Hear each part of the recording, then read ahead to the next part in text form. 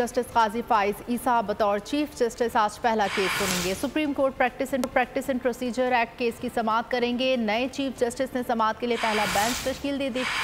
समाअत के लिए full court तश्कील दिया गया है। केस की समाअत आज सुबह 9:30 बजे होगी। फरीकैन को नोटिस जारी कर दिए गए। केस की समाअत पहली बार बराह रास्त दिखाए जाने का इम्कान है। पहला दिन पहला हुक्म, practice and procedure act case के लिए फुल कोर्ट की तश्कील।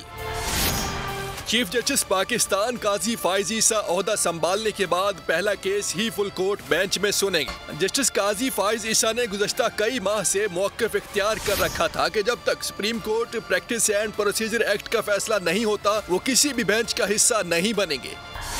Supreme court practice and procedure act chief justice Pakistan के इख्तियारात से मुताल्लिक है, जिसे गुज़श्ता पार्लियामेंट से मंजूर कराया गया था। 8 रुकनी लार्जर बेंच एक्ट पर हुक्म इब्तना दे चुका है।